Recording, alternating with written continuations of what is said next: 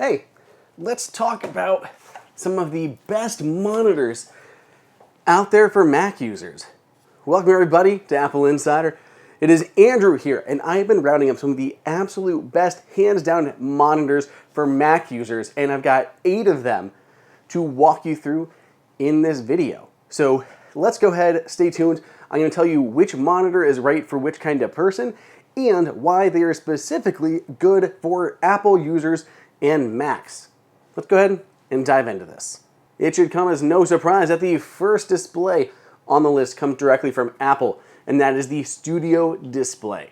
Yes, it does have its detractors out there that do not like its price for the display that you're getting, but it really comes down to whether or not you want that really high pixel density, that 5K display in the 27-inch design. So it is a 27-inch panel, 5K display, 218 pixels per inch. It has 600 nits of brightness. It does have a built-in 1080p FaceTime camera that is capable of using portrait mode and center stage. The display supports spatial audio, and you can control the display, things like brightness and volume, directly with an Apple keyboard. It is a Thunderbolt 3 display and has an additional 3 USB-C down ports. I think this display is out there for anyone who wants a premium display. They don't spending a little bit more money than your basic displays. You love the Apple design. You want a solid monitor to go with. You want that 5K display. You don't want a 4K display, and you're willing to pay a little bit more for it. So for those people, you should definitely check out the Apple Studio Display. And of course, it's great for Apple users because it's made by Apple. The second display that I have to mention, at least briefly, is Apple's Pro Display XDR. Most of you, 99% of you out there, don't need this display, but it has to be on the list because Apple makes this display, and it's somewhat of a bargain when you're looking at pro-level reference monitors. Yeah, it's still $5,000 and an additional $1,000 if you want a stand, but when you're looking at other professional level 6K displays that have all these different reference modes and everything's baked into them, those reference quality monitors, the Pro Display is up there in terms of a good value. It's a 6K display in a 32-inch design, giving it a pixel density of 218 ppi, has a sustainable brightness of 1,000 nits, but peak brightness of 1,600 nits for that HDR content. That's why Apple calls it the XDR, the extreme dynamic range above your typical high dynamic range displays. It's very expensive. This monitor is only for those people who want the absolute best Apple monitor they can get, and they are fine spending $5,000 to $6,000 for this display.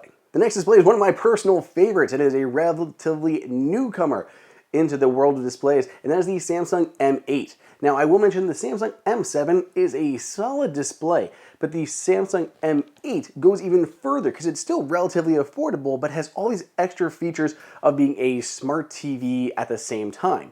So getting into the details, the Samsung M8 monitor is a 4K display in a 32-inch design, which gives it a pixel density of 140 ppi, which is honestly on the lower side a little bit, and I get that, but it is definitely more affordable than 5K or 6K panels, and you still have all the other benefits of being a slightly larger display. If you do not care about really tight pixel densities, you're not looking for a Retina caliber display, then this is fine with 140 pixel density, because beyond that, it can also act as a fully functional smart TV. It has all these smart TV features to go along with it, and you can even use it as an AirPlay 2 destination and works via HomeKit. So you can cast audio and video to the M8 and use it kind of similar to an Apple TV. I think that's awesome. So that's a definite benefit for the Samsung M8.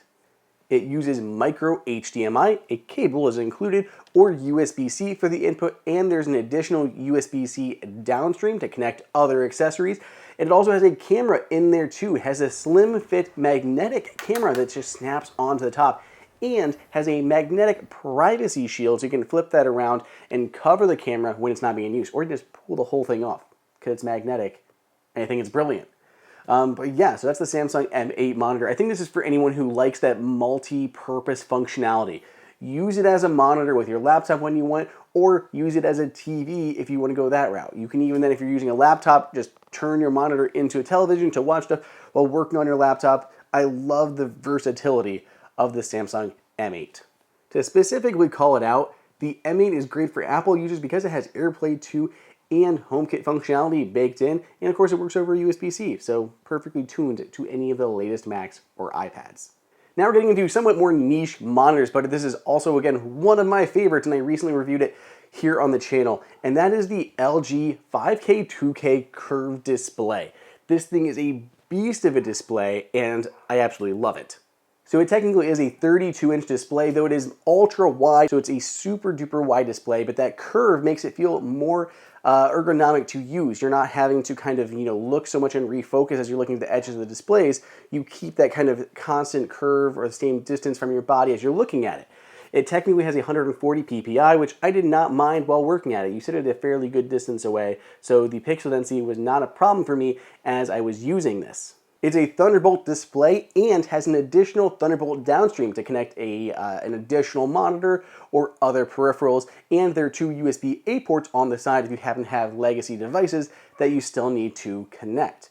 And one really nice feature is because there are two HDMI inputs, you can connect two devices at the same time and display them on this TV or the display simultaneously. This monitor is for anybody who really wants an ultra widescreen display. There are other ones out there, but I think this curve is great. The Thunderbolt functionality is great. All around, this is a very nice monitor. And great for Apple users. It has a good silver design, a light design with that white back, very slim bezels to it, and there are a lot of creatives in the Mac space doing linear editing in Final Cut, in Adobe Premiere, or you're doing stuff in Logic, but anything with a very wide screen, even coding can apply to this when you have multiple stuff going on. There's a lot of creatives in the space that this display is very well suited for. Then we have the Alogic Clarity. So Alogic makes a lot of PC accessories, a lot of docks and hubs, and they made this one very specifically for Apple users. So this is a 27-inch display. It is 4K resolution, giving you a pixel density of 163 ppi. Has dual HDMI inputs. There's a DisplayPort input, USB-C, and a USB connection. So if you do connect over HDMI, you can connect using a USB-B cable to power up all the ports on the display. Has a solid 600 nits of brightness, and Alogic says that it does support HDR, which a lot of the ones on here do not officially support HDR. They're even claiming a 1,000,000:1 contrast ratio, which I find a little bit hard to believe, but even if it's close to that, it's definitely above many that are here on the list. This is great for anyone who wants just a solid, good display, and it's great for Apple users because it was created with Apple users in mind. It has a lovely all-metal design. You actually see it sitting here behind me, aside from all the B-roll footage. But yeah, this was designed for Apple users, all metal, aluminum, sleek-looking appearance to match your Mac.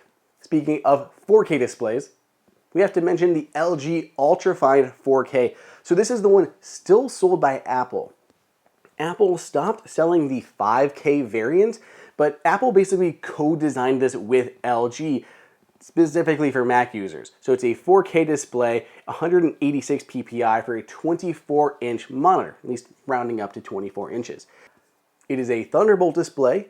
LG adds an additional downstream Thunderbolt port to daisy chain a second LG 4K display, or there are 3 USB-C downstream ports to connect any other peripherals that you may have. I'd say this display is for anybody who wants a very streamlined Mac experience, but does not want to spring for nearly as much as the Studio display, and they don't need high as resolution as the LG UltraFine 5K display. A lot of people don't need 5K. It's hyped up, it looks great, but you don't need it. Most of you out there. So if you're okay saving a little bit of money, you have that very streamlined experience. And that's why this is great for Apple users, because it was made for Apple users. It was co-designed with Apple for the Mac. You have all the direct keyboard shortcuts like volume and brightness that'll control the display, supports True Tone and Night Shift, and all of these lovely features make it a great display for Apple users. Now, if the LG UltraFine 4K is too small, or you want that higher resolution of the 5K, you can do the LG UltraFine 5K version. Apple no longer sells it, but it is available, and this has the same specs for the most part as Apple's Studio Display, but it's a bit cheaper. So still designed for the Mac, controlled through your keyboard, all of that works great. 27-inch 5K display, same 218 ppi, 500 nits of brightness. Apple still has some additional benefits. The camera's better, the speakers are better, it's got more stuff going on for it. But this one is a bit less money, and you still have a great looking display. So that's who this monitor is for. Again, it's great for Apple users because it was designed with Apple for the Mac. Finally, this last one's a little bit of a curveball. It is the Apple 24-inch iMac. This guy's sitting here behind me. It's not technically a display, and Apple no longer has target display mode for the iMac, but it is still a great display. You're getting a 4.5-inch display, 4.5K display in a 24-inch design, giving a pixel density of 218 ppi, so Retina resolution. And of course, has a built-in camera. You can use it as an AirPlay source. It'll show up in HomeKit. But you have a whole Mac at the same time. You've got a Mac hiding in there. You can use it. You don't need to provide an additional Mac to go with it. So you don't necessarily need the whole Mac experience, but if you're looking for something, you're kind of debating between a computer and a monitor and combining things, the 24-inch iMac is a very tempting solution for a lot of people. I wish it had target display mode still, but it's a great display. It has cameras and speakers and all the added benefits of being a Mac. So I think it's a relatively good price when you're looking at other Retina quality high-end displays.